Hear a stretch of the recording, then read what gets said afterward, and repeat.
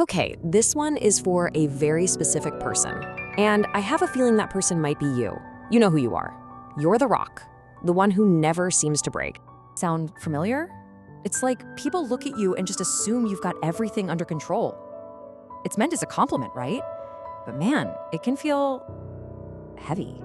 And why wouldn't they think you're fine? I mean, from the outside looking in, the proof is right there. You don't fall apart. When things get hard, you just get stronger. And it's not even just about not breaking down. It's that you always show up. You're the person who answers that 3 a.m. call every single time. Doesn't matter what's happening in your own world. But let's be real for a second, because this is the part nobody seems to talk about. Standing up there on that pedestal, wow, it is the loneliest place in the world. It's like you're holding up the roof for everyone, and nobody even notices that the floor beneath your own feet is about to collapse. So yeah, let's really dive into that feeling. Let's give it a name because it deserves one. We're gonna call it the loneliest strength. And you know what I'm talking about. This isn't the kind of tired that coffee can fix. It's not a physical thing. It's this deep, bone-deep, soul-deep exhaustion. The kind where you could sleep for a week and still wake up feeling just as weary, because it was never your body that was tired. It's your spirit. So you gotta wonder, how did we even get here? How does this amazing quality, this strength, start to feel like a cage? Well, that leads us right into something called the identity trap. And this is it, right here.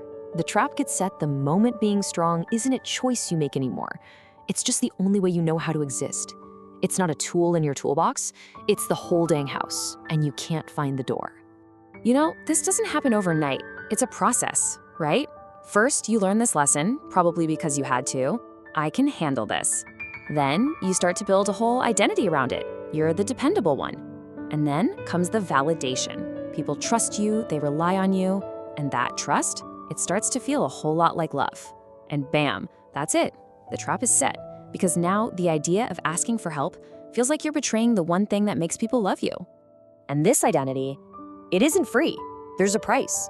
A really heavy, invisible weight that comes with it. And you're the only one who feels it. And the price is, well, it's sky high.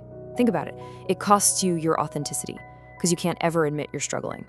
It costs you real, deep relationships, because how can you be truly close to someone if you can't be vulnerable? It absolutely costs you your health. And in the end, it can cost you yourself, the real you. And please, don't fool yourself. This stuff is physical. All that pressure you're holding in, the body keeps score. That constant tightness in your shoulders, that little buzz of anxiety that's always there just under the surface, yeah, that's your body screaming at you that the weight is just too much, and it has been for a long, long time. Okay, but listen, this is not a life sentence. We can absolutely change this story, but to do that, we have to start by totally redefining what strength even means. So here's the big pivot. The old belief, the one we all learned, is that strength means you only know how to be strong. Period. But real strength, true lasting strength, it's about choice. It's about being able to choose strength, which also means you can choose to ask for help. They're two sides of the same coin. And I need to be crystal clear about this. Raising your hand and saying, I'm not okay, asking for help, that is not weakness. No way. In fact, it's one of the bravest, most courageous things you can possibly do. Why? Because you're risking that whole identity you spent a lifetime building. So look, if you've been waiting for someone, anyone, to just give you permission, here it is, right now. Consider this your official, signed, notarized permission slip. First up, you have permission to not be okay. You're allowed to have a bad day. You're allowed to fall apart. You do not have to pretend anymore. Next, you have permission to receive. Just let someone else hold the umbrella for a minute. Let someone take care of you. You are not a burden for needing help. You also have permission to rest, and I mean really rest. Not that I'm just recharging so I can be productive later kind of rest. No, just stop. Rest because you're a human being who deserves it. You don't have to earn it. And finally, and this one might be the biggest one of all, you have permission to have needs. Let me say that again.